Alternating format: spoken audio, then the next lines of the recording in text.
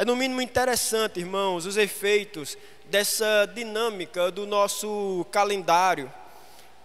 Porque, embora a contagem dos nossos dias, ela siga em linha reta, o efeito desse nosso calendário faz com que todo ano, de tempos em tempos, a gente acabe fazendo essa virada, como se tudo se reiniciasse. Agora eu tivesse a oportunidade de fazer tudo novo, de começar novos compromissos ou coisas do tipo.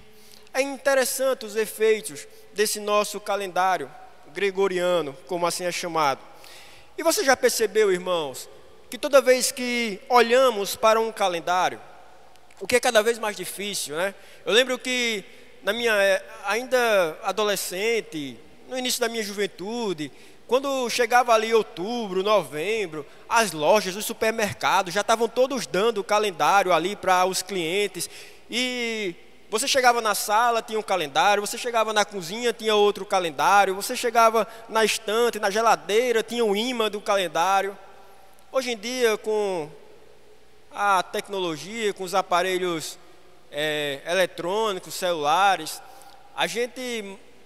raramente a gente tem um calendário agora físico, né, digamos assim, onde a gente está exposto. Normalmente só quando a gente vai lá realmente observar alguma data, observar para agendar alguma coisa. Mas vocês já pararam para pensar que toda vez que olhamos para o calendário, a gente é lembrado da vinda de Cristo, da primeira vinda de Cristo? Afinal, o ponto de referência, de contagem do nosso calendário é justamente o nascimento de Jesus Cristo. Olha o efeito, irmãos, dessa vinda, né? Embora ainda tenha aqueles que neguem a existência do Jesus histórico, mas olha o efeito dessa vinda. Jesus, ele dividiu a contagem da história do mundo entre o antes dele e o depois dele. E assim agora podemos dizer que estamos em 2025 depois de Cristo. Mas, meus irmãos, há efeitos bem maiores causados pela vinda de Cristo. Há efeitos aqui que vão bem além, causadas pela vinda de Cristo. E aqui eu não falo na história do mundo de forma em geral, na contagem da linha histórica do mundo, irmãos. Não. Aqui eu falo na história da igreja. Aqui eu estou falando, irmãos, na minha e na tua história. Porque a minha e a tua história, a vida e a história daquele que conheceu e creu em Cristo, ela também é dividida entre o antes e o depois dele. Entre o antes e o depois de Cristo. E é isso que o texto nos mostra, irmãos. É nisso que a gente vai refletir nessa noite. É essa a mensagem dessa noite. É esse o tema da nossa mensagem. Antes e depois de Cristo. Paulo, irmãos, ele escreve essa carta quando estava preso ali em Roma por causa da pregação do Evangelho. Carta essa que é uma exposição do que é a igreja, daquilo que chamamos de eclesiologia. É uma exposição do que é a igreja. E aqui no capítulo 2, ele vai tratar justamente em como Deus, ele uniu ali os judeus e os gentios no mesmo corpo que é a igreja. O que é importante, irmãos, esse detalhe, porque havia um problema que atentava ali na unidade da igreja daquele tempo, daquele lugar em Éfeso. Os gentios, irmãos, ao crescer em quantidade e em número, ao crescer ali em quantidade entre os cristãos naquela cidade, muitas vezes eles começaram a desprezar os judeus. Eles começaram a se sentir superiores aos judeus. Então, Paulo faz uma breve explicação do que é o Evangelho, para que não houvesse soberba de nenhuma das partes, nem dos judeus, nem por parte dos gentios. E Paulo agora, ele faz uma distinção aqui entre o antes e o depois de Cristo. Antes de Cristo, irmãos, quem éramos? Quem eram aqueles crentes, Paulo está dizendo, antes de Cristo? Quem eram vocês, gentios, antes de Cristo? Quem eram vocês, judeus, antes de Cristo? É o que Paulo está dizendo. Quem nós éramos, irmãos, antes de Cristo? Quem você era antes de Cristo? E se você não é um cristão e está aqui nessa noite, eu não estou falando se você não é um crente, se você não é um frequentante da igreja, se você não é alguém que se envolve com a igreja. Eu estou falando se você não é um cristão, de fato, genuíno, que verdadeiramente se arrependeu e creu em Jesus Cristo. Quem você é sem Cristo? E a resposta, irmãos, está muito claro nos versículos 1 e ao versículo 3. Vamos ler novamente, do versículo 1 ao 3. Veja, ele lhes deu vida. Quando? Quando vocês estavam mortos em suas transgressões e pecado, nos quais vocês andaram noutro tempo, segundo o curso deste mundo, segundo o príncipe da potestade do ar, do espírito que agora atua nos filhos da desobediência. Entre eles também nós todos andamos no passado segundo as inclinações da nossa carne, fazendo a vontade da carne e dos pensamentos, e éramos por natureza filhos da ira, como também os demais. Veja, irmãos, estando vós mortos, embora o capítulo inicie dizendo, já trazendo essa notícia de que nos foi dado vida, porque Paulo aqui está falando para a igreja de Éfeso.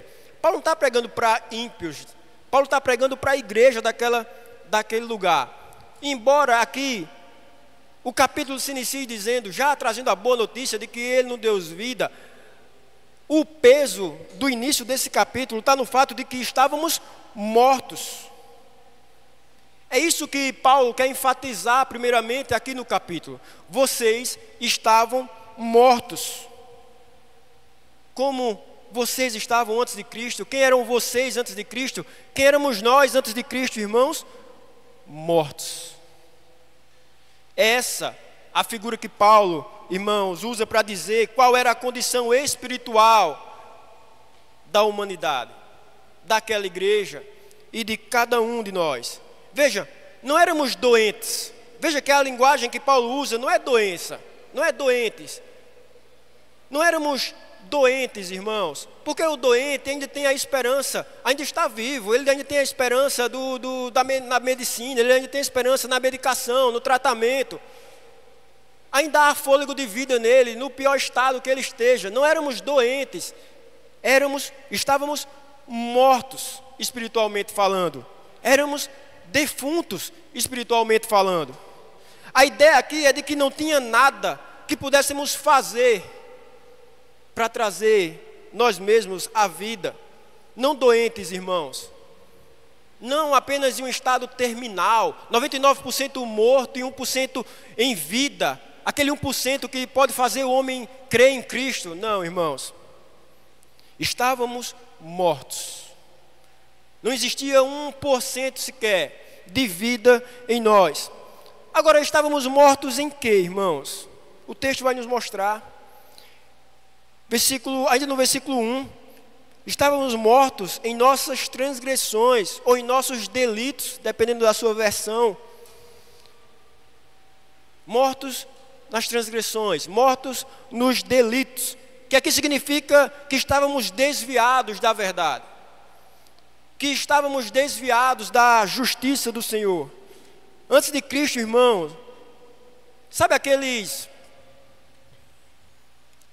grupos de movimento, normalmente político, que vai para a rua protestar e quebra tudo, em rebelião contra o governo, seja o governo municipal, estadual, federal, e ele vai para a rua e quebra tudo e depreda.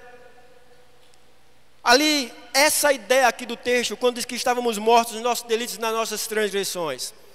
O que Paulo está dizendo é que vivíamos em rebelião. Só que é o contrário, irmãos, do exemplo que encontramos aí fora, que junta os pecados dos manifestantes com os pecados dos governantes, que dá os certos motivos.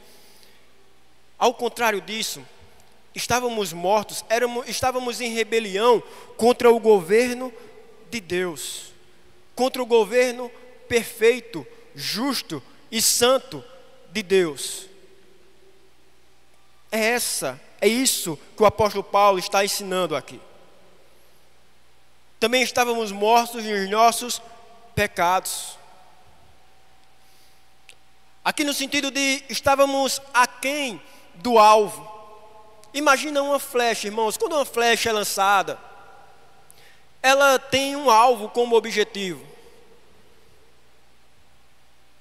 Agora imagine essa flecha perdendo a força, desviando da direção com o vento, ela não consegue alcançar o alvo. É essa a ideia aqui, irmão, de estar morto em nossos pecados. Sem Cristo a gente fica aquém do nosso alvo. E qual é o alvo de cada homem, irmãos? O alvo da humanidade. Deus fez o homem, Deus nos fez para o adorar, para o glorificar. Mas quando não estamos nele, somos flechas que ficam aquém do nosso alvo, que é o de adorar ao nosso Deus. Antes de Cristo, estávamos mortos, estávamos em rebelião contra o governo de Deus. E se você não está em Cristo hoje, você está em rebelião contra o governo de Deus. Antes de Cristo estávamos em pecados, mortos nos nossos pecados. Éramos essa flecha que não conseguia acertar o alvo de adoração ao Senhor. E se você não está em Cristo, você é essa flecha que está aquém do alvo, que não tem conseguido atingir o alvo, que é adorar ao Senhor. Mortos, inoperantes, irmãos. Assim como não adianta levar a um velório o prato preferido do defunto, irmãos. Você pode levar lá o prato preferido dele enquanto em vida, que não é o aroma que vai fazer e vai trazer ele de volta à vida. Ele está morto. Da mesma forma, irmãos, não havia forças em nós para responder aquilo que nos era anunciado, aquilo que nos era pregado. Por isso, a tão conhecida doutrina e tão conhecido ensino que diz que o homem tem a capacidade de por si mesmo escolher a Deus por iniciativa própria, é uma balela, irmãos. É uma mentira. Não há 1% de vida naquele que não está em Cristo que faça com que ele tenha a iniciativa de escolher a Deus, que faça que ele tenha a iniciativa de levar vida a si mesmo. Pois como pode um morto escolher alguma coisa? Como pode aquele que está morto escolher algo? Éramos mortos. E não apenas mortos, irmãos. Antes de Cristo também éramos escravos. E o texto nos mostra 3 elementos dessa escravidão, irmãos. Versículo 2: nos quais vocês andaram no outro tempo, segundo o curso deste mundo. Dependendo da versão aí, vai estar espírito da época.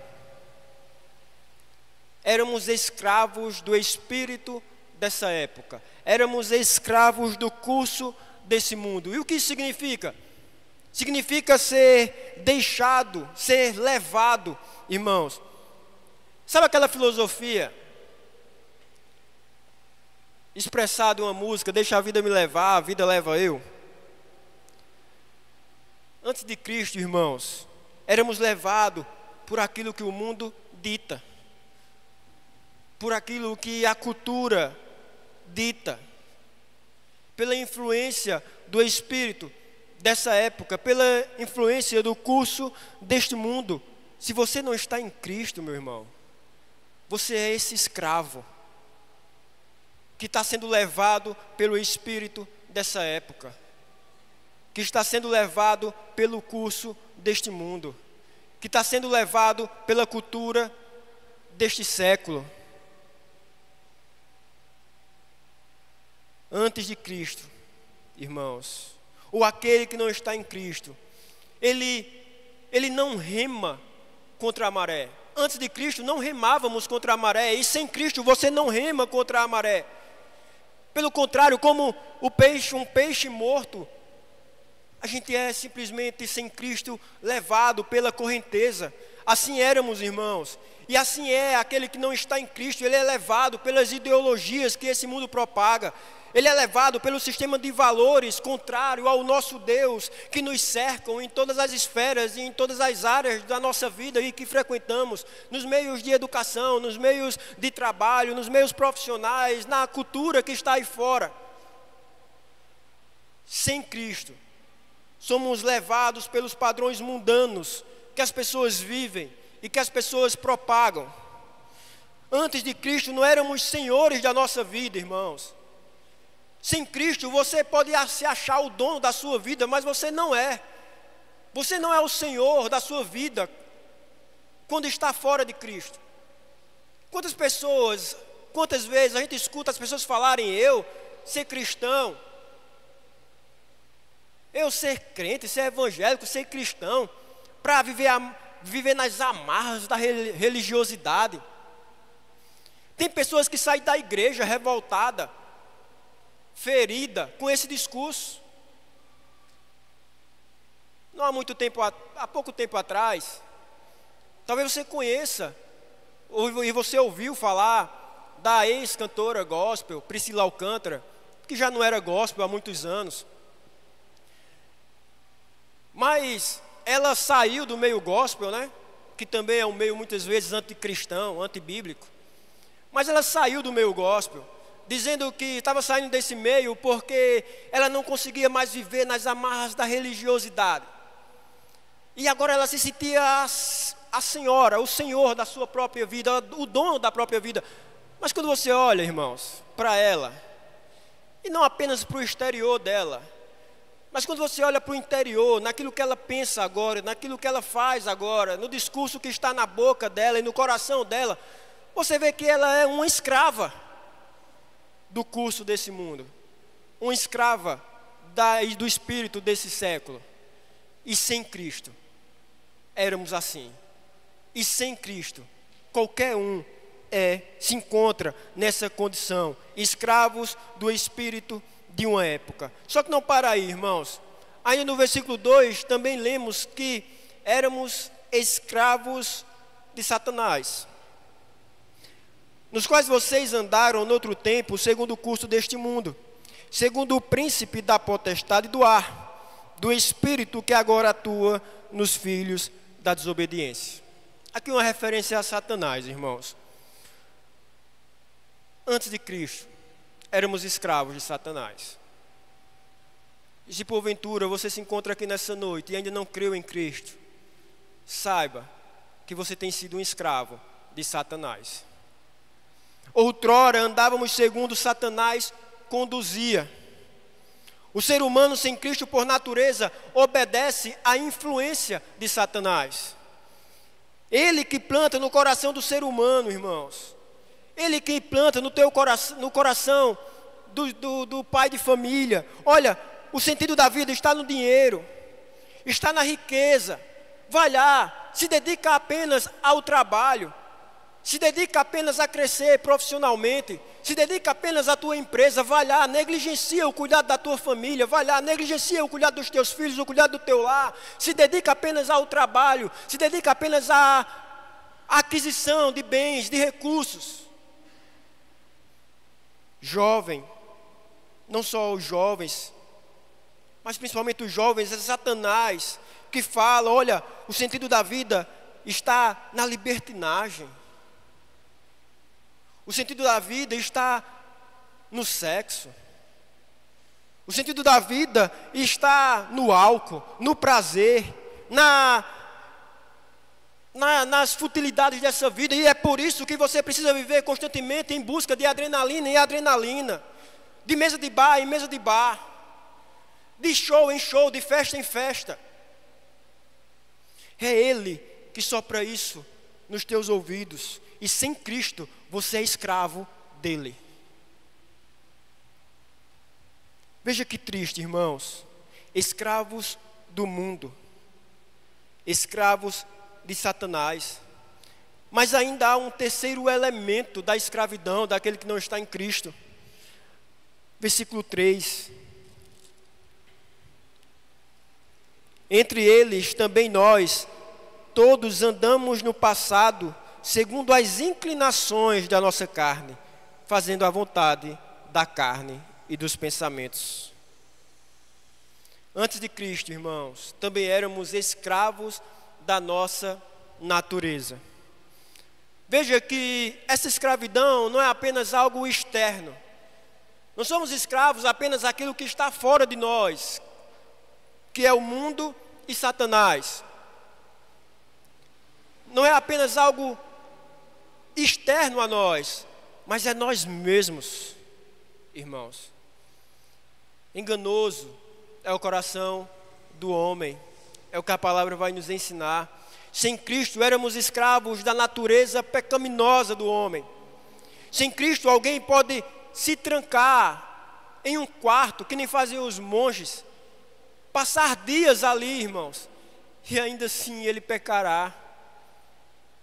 Lutero, antes da sua verdadeira conversão, ele, ainda como monge católico, ele conta em um de seus livros, que ele se trancava na cela, no quarto, ele se autoflagelava, ele passava dias de jejum para tentar se sentir merecedor da salvação, e ele percebia que, embora ali dias no quarto, se privando do mundo externo para não ser influenciado, ainda assim ele pecava no coração, na intenção, nas afeições, nos sentimentos, e nada o fazia se sentir merecedor da salvação, até que ele entende que a salvação é pela fé. Mas veja que sem Cristo, irmão, você pode se trancar no quarto, você pode passar um ano preso no quarto, você pode ficar privado das influências do que está lá fora, do que está externo a você, e ainda assim você será um escravo da sua própria natureza pecaminosa. Ainda continuará escrava de desejos, de sentimentos que constantemente nos assola. Sem Cristo, irmãos, éramos mortos e escravos do mundo, de Satanás, da nossa natureza. No final do versículo 3, também lemos que sem Cristo estávamos condenados. Veja, versículo 3, entre eles também, nós todos andamos no passado, segundo as inclinações da nossa carne, fazendo a vontade da carne e dos pensamentos, e éramos por natureza filhos da ira, como também os demais. Veja, irmãos, estávamos também condenados, como filhos da ira, como alvos da ira de Deus. Olha essa situação, irmãos. Mortos nos delitos, nas transgressões, mortos no pecado, escravos do mundo, de Satanás, da nossa própria natureza, condenados à ira, destinados ao inferno. Essa era a nossa condição, essa era a nossa situação. Que esperança pode haver? Que esperança poderia haver? Mas assim, irmãos, como na história da humanidade, em que é dividida pela vinda de Cristo, que divide o calendário da contagem do mundo, a nossa vida, a vida daquele que creu em Cristo, também foi dividida, porque existiu um encontro, irmãos, porque Ele veio. Mas Deus, versículo 4, irmãos, veja, mas Deus. Esse mais, irmãos, na língua grega, ela é uma conjunção muito forte. Ele está dizendo, olha o contraste aqui da história. Veja, mortos no pecado, no delito, nas transgressões, escravo do mundo, escravo da natureza, escravo de Satanás. Mas olha como tudo vai mudar. Mas Deus. Eu te convido, irmãos, a olhar para Gênesis 1, 2 e 3. Veja como, olha o contraste, irmãos. Mas Deus.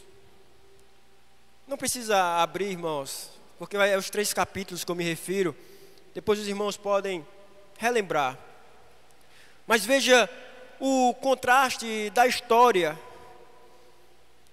Nessa palavra tão forte que está aqui, mais Deus. O reverendo Augusto Nicodemos chega a dizer que esse mais aqui é as 2 palavras, esse mais Deus aqui é as 2 palavras mais poderosas de toda essa perícope, de todo dessa parte do texto que lemos, irmãos. Mas Deus, sendo rico em misericórdia, por causa do grande amor com que nos amou.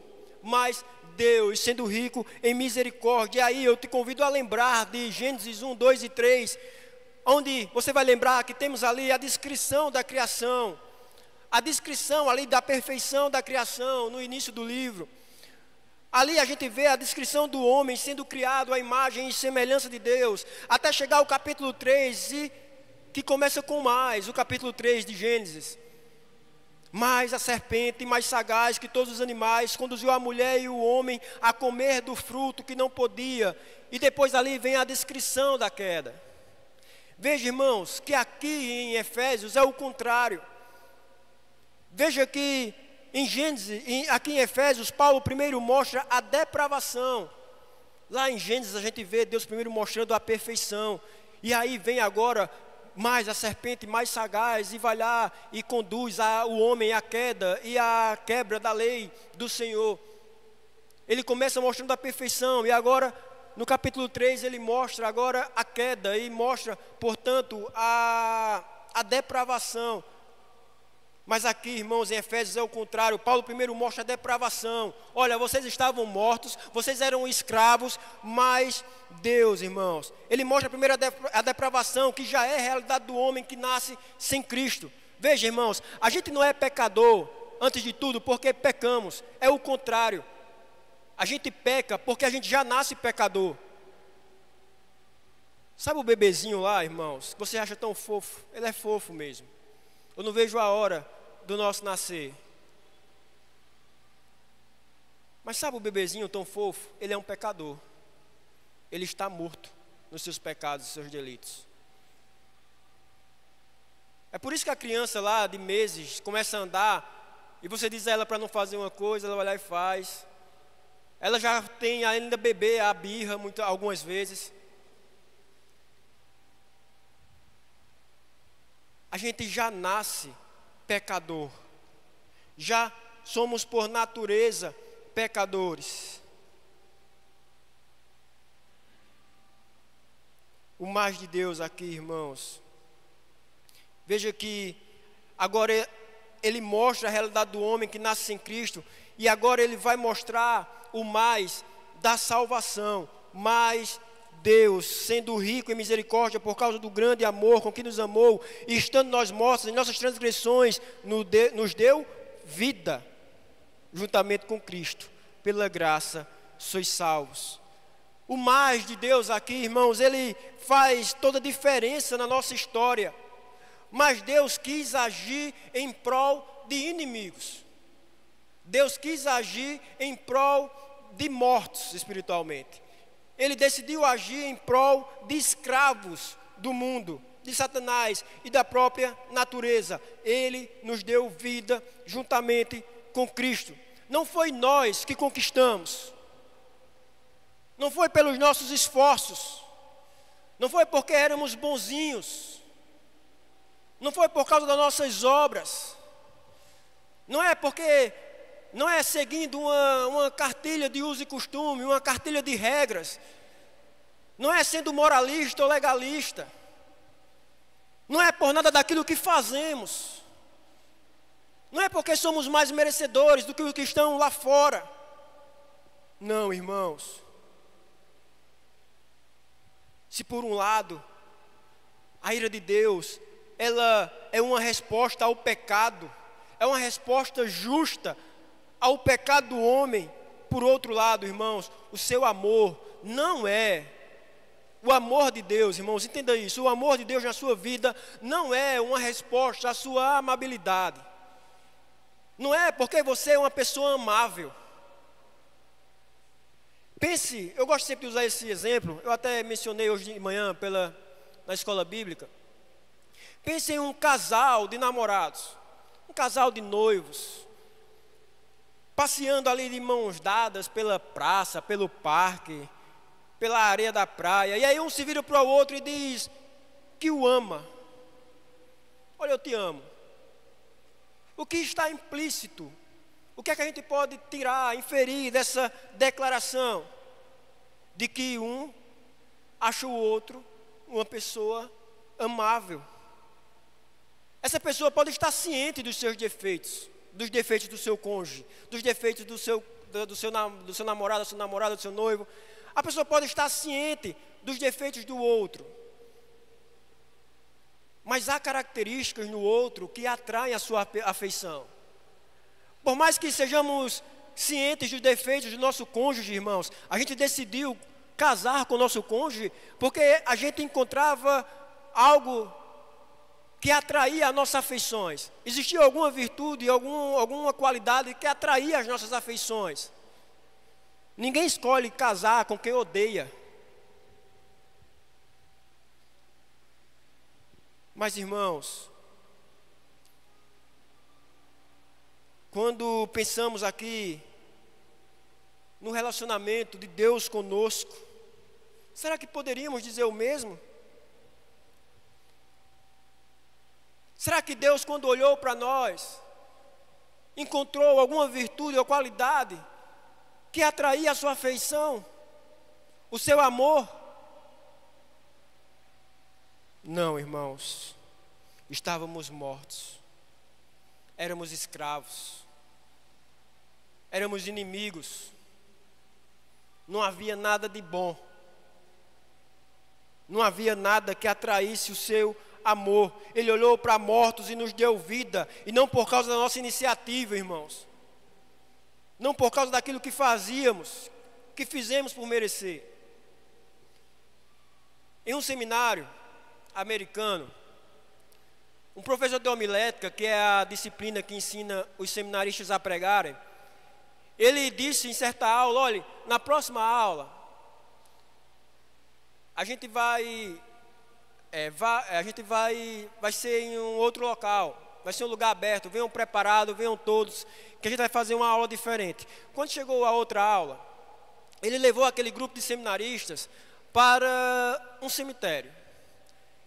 E aí ele disse, chamava um pelo nome e dizia: vá, pregue, comece a pregar.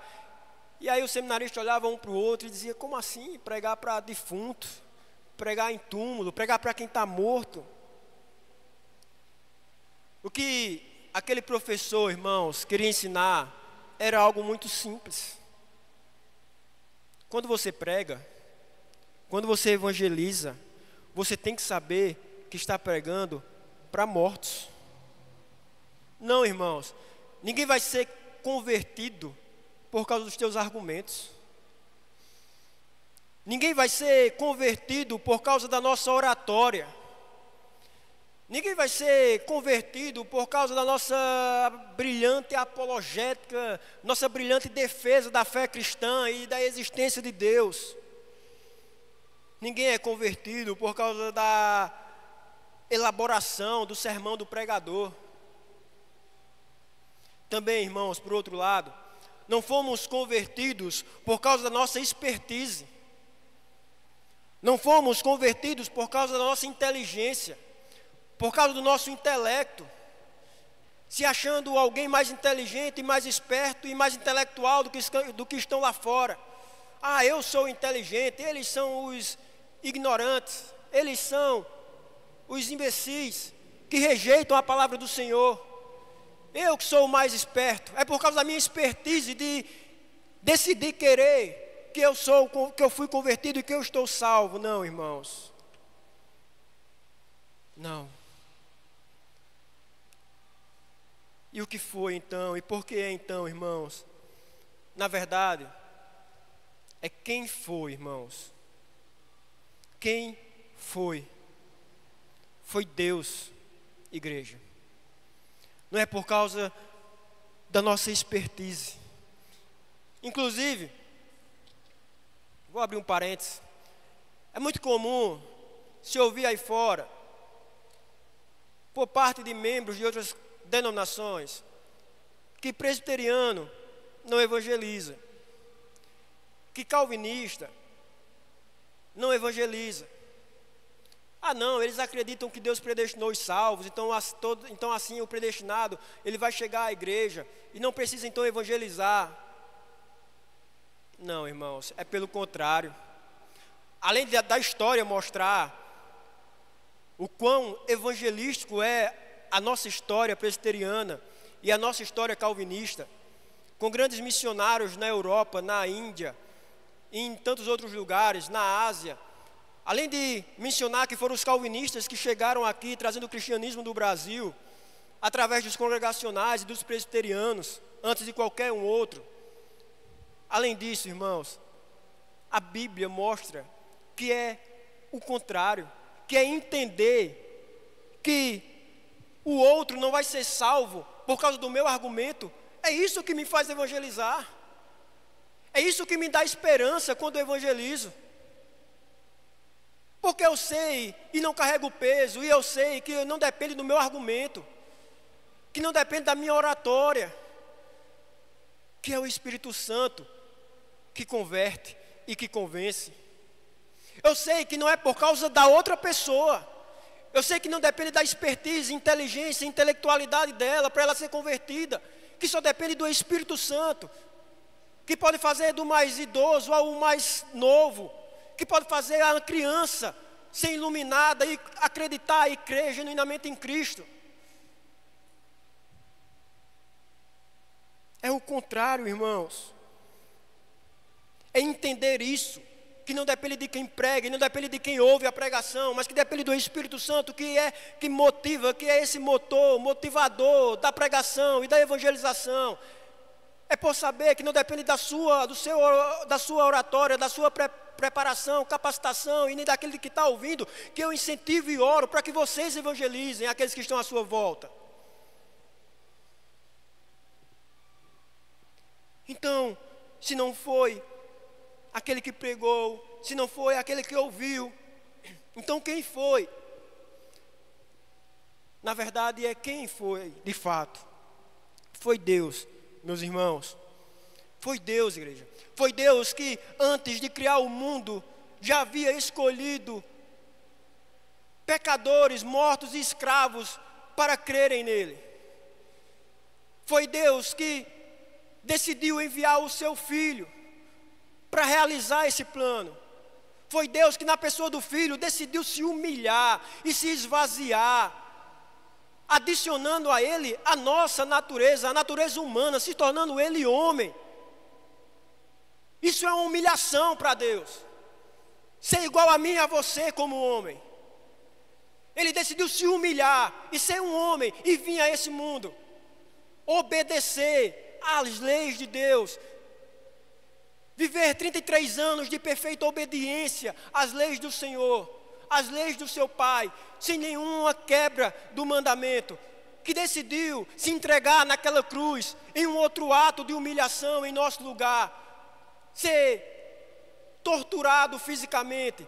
Só que pior do que isso, irmãos, receber Ele a ira do Pai, sentir Ele o abandono do Pai, sentir Ele as dores do inferno ao receber a ira do Pai, bebendo Ele o cálice da ira em nosso lugar.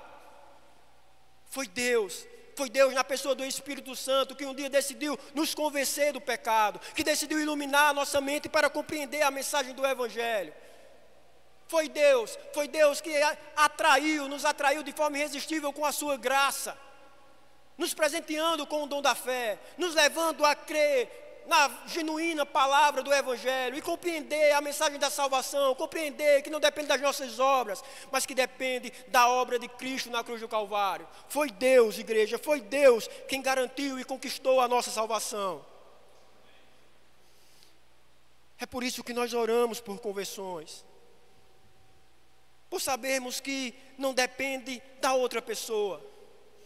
Por sabermos que não depende de nós que pregamos, e sim de Deus, que tem poder para tirar o coração de pedra e colocar o coração de carne.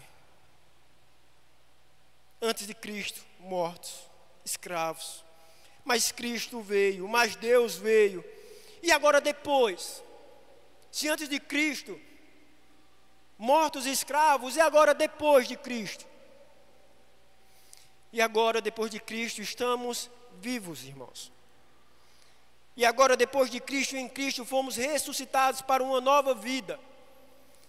E podemos dizer que a sua ressurreição é a garantia da nossa ressurreição. Veja o versículo 6. E juntamente com ele nos ressuscitou, e com ele nos fez assentar nas regiões celestiais em Cristo Jesus. A igreja, antes de Cristo, morte. Depois de Cristo, vida. Antes de Cristo, escravo, sem lugar na casa, sem lugar na mesa, sem lugar na presença do Senhor. Mas agora, depois de Cristo e em Cristo, com assento nos lugares celestiais. Somos agora convidados para uma comunhão plena. Não mais escravos, mas agora herdeiros. E para que ir? E para que, irmãos? Para que tudo isso? Para Ele ser glorificado. Versículo 7. Veja, Deus fez isso para mostrar nos tempos vindouros a suprema riqueza da sua graça, em bondade para conosco, em Cristo Jesus. Para Ele ser glorificado, irmãos, para nas eras vindouras, Ele, em Cristo Jesus, mostrar, irmãos, olha essa raça humana, olha esse povo que estava morto espiritualmente, esse povo que era escravo do mundo, escravo do pecado, escravo da sua natureza, esse povo que era inimigo. Olha esse povo, eu amei, eu alcancei com a maravilhosa graça, eu alcancei com a misericórdia, eu fui bondoso, eu agi com misericórdia, não dando a eles o que eles mereciam, que era o inferno. Eu agi com graça, dando a eles aquilo que eles não mereciam, que era o céu. É para a glória dele somente, irmãos.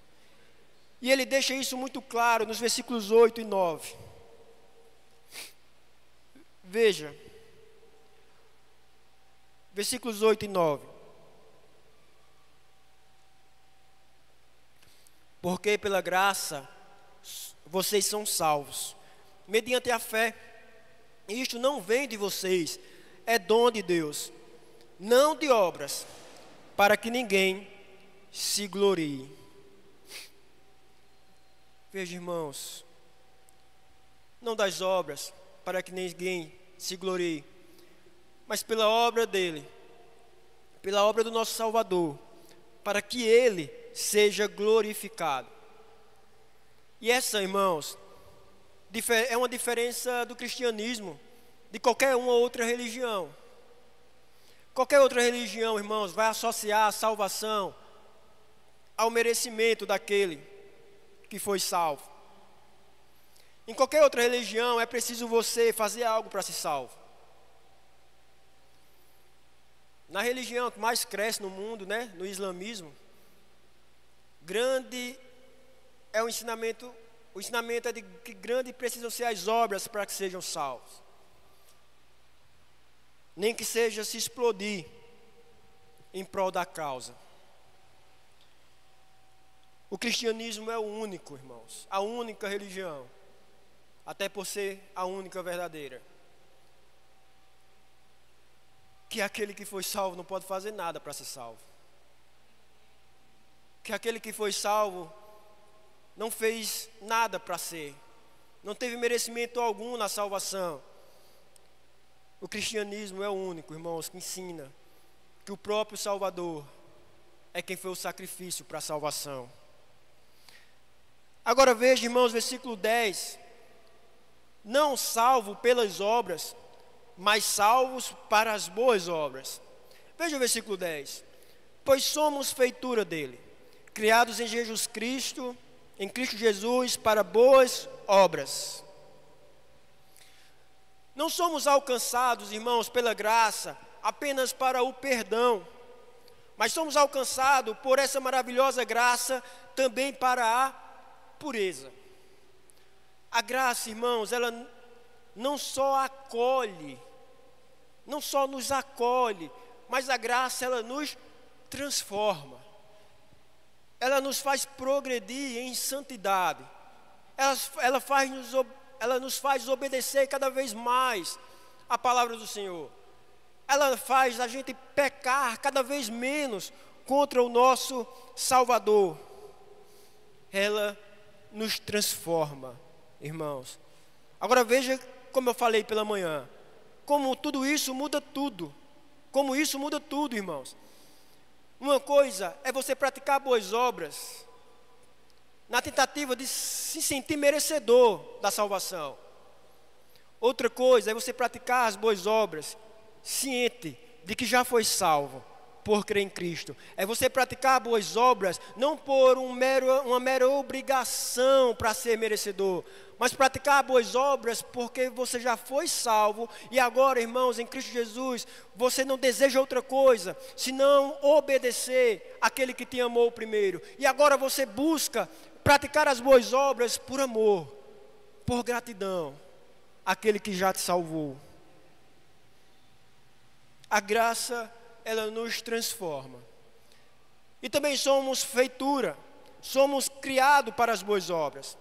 Feitura aqui, irmãos, vem de uma palavra que também dá origem à palavra poema. A palavra significa uma obra de arte de Deus. Depois de Cristo somos essa obra de arte de Deus. Precisamos saber quem nós somos em Cristo Jesus, irmãos. Precisamos viver tendo essa identidade muito claro em nossa mente. Sabemos que nós estamos em um mundo, em uma cidade, em um local, em um bairro, em um emprego, em uma faculdade caída, mas que somos pessoas diferentes, que temos uma identidade diferente, que temos uma nova agenda de vida que não é igual ao curso deste mundo, que não é igual ao espírito dessa época, à cultura deste século.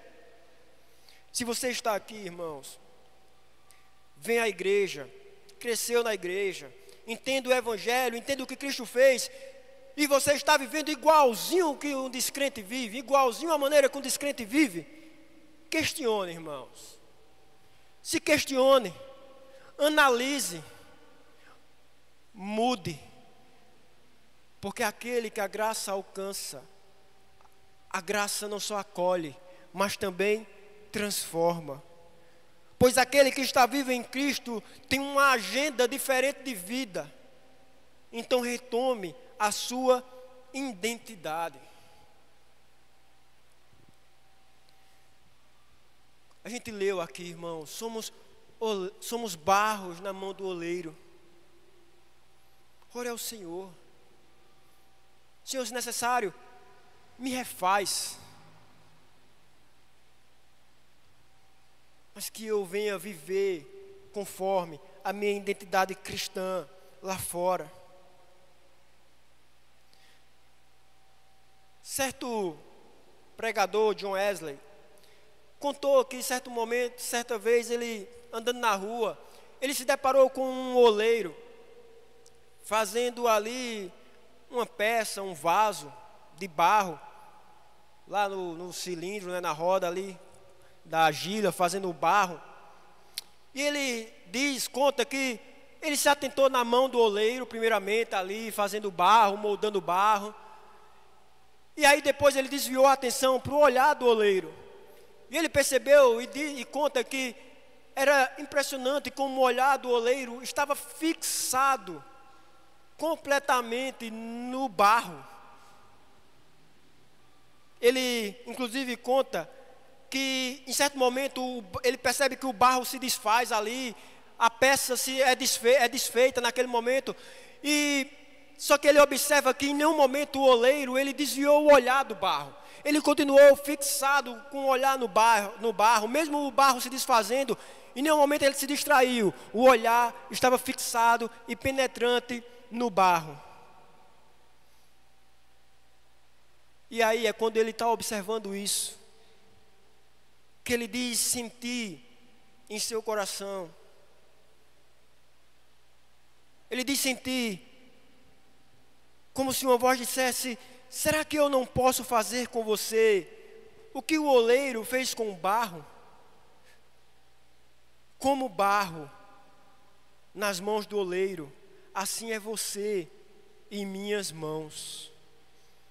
E aí ele continua dizendo que com o rosto molhado, com os olhos encharcados, com o semblante caído, ele diz que perdendo ali as forças, sentindo assim o seu corpo desabar, ele diz que ali prostrado, ele responde, dizendo: meu Senhor. E talvez essa deva ser a nossa oração e a sua oração nessa noite. Ele responde: meu Senhor, perdoa-me por acreditar que eu poderia dar conta de tudo. Perdoa-me por pensar que seria possível corrigir com minhas próprias mãos o barro estragado. Perdoa-me por querer ocupar o teu lugar. Eu bem sei que não é por tua imperícia que o barro se estraga. Tu és perfeito e nada furta a tua atenção que tu dispensas sobre o barro. O problema sempre está no barro, a natureza do barro. Perdoa-me, Senhor, porque tenho os olhos apenas para o barro, porque tento de todas as maneiras corrigi-lo, mas do meu jeito. Todavia, bem-aventurado é aquele que se encontra estragado em tuas mãos. Nelas o barro estragado está, e por elas o barro estragado voltará a ser novamente purificado e moldado. Tu és o oleiro, eu sou o barro, não apenas barro, mas barro em tuas mãos. Desfaz a minha vida e me faz de novo, não como eu quero ser, mas como tu queres que eu seja. Retome a sua identidade, irmãos. E se você até hoje nunca percebeu que era escravo das coisas, se você, embora tenha tido religiosidade até aqui em sua vida, talvez até frequência na igreja, envolvimento na igreja, mas percebeu que até hoje você realmente nunca teve uma vida espiritual, e reconhece a sua escravidão ao mundo, e se arrepende, e deseja o Salvador, talvez esteja sendo Deus te dando hoje fé nele. Creia no Salvador. O mundo, irmãos, é dividido em dois grupos. E é essa a única divisão que importa. Os mortos, espiritualmente, e os vivos. Em qual lado você está? Antes mortos, hoje vivos. Há uma passagem muito famosa nos escritos de John Newton. John Newton é o autor do conhecido hino, da conhecida música maravilhosa Graça. E é uma passagem muito famosa nos escritos dele. Ele era um traficante de escravos, irmãos, no Atlântico. Ele disse estimar ter transportado 20 mil escravos entre a África e a América do Norte. Ao ser convertido e se tornar cristão, ele abandonou tudo isso. E ele testemunhou que em seus pesadelos, ele ainda tinha pesadelos, irmãos, ele ainda ouvia gritos dos escravos. Mas ele cresce na fé. Ele se torna pastor na Inglaterra. Graça maravilhosa que salvou um tão pecador como eu. No final da sua vida, ele escreveu um grande parágrafo, irmãos, que simplificado diz o seguinte, e é com isso que eu gostaria de encerrar: eu não sou o que eu quero ser, eu não sou o que eu devo ser, eu não sou o que um dia eu serei, mas não sou mais o que eu já fui. Pela graça de Deus, eu sou o que sou. Antes de Cristo, irmãos, mortos. Depois de Cristo, em Cristo, vivos. Vamos louvar ao nome do Senhor. Vamos cantar a esse maravilhoso Deus e com essa sua maravilhosa graça, irmãos. Vamos ficar de pé. Vamos louvar o Senhor.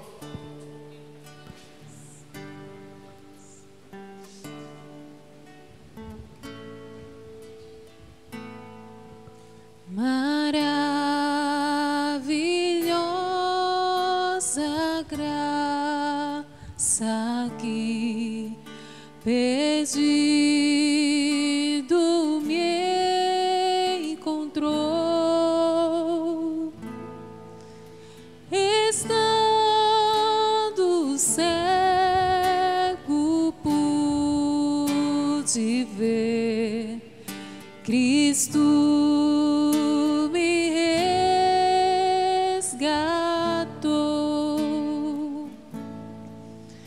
Quando sua graça me tocou, do medo me livrou.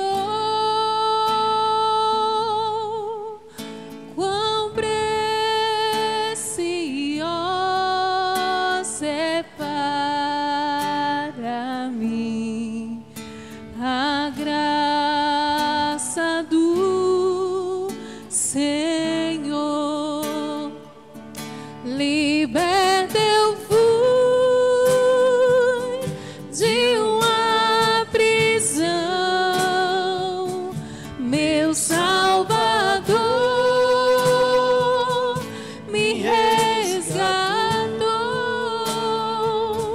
Misericórdia e perdão, com seu amor me libertou. Deus prometeu melhor pra mim e nele esperarei.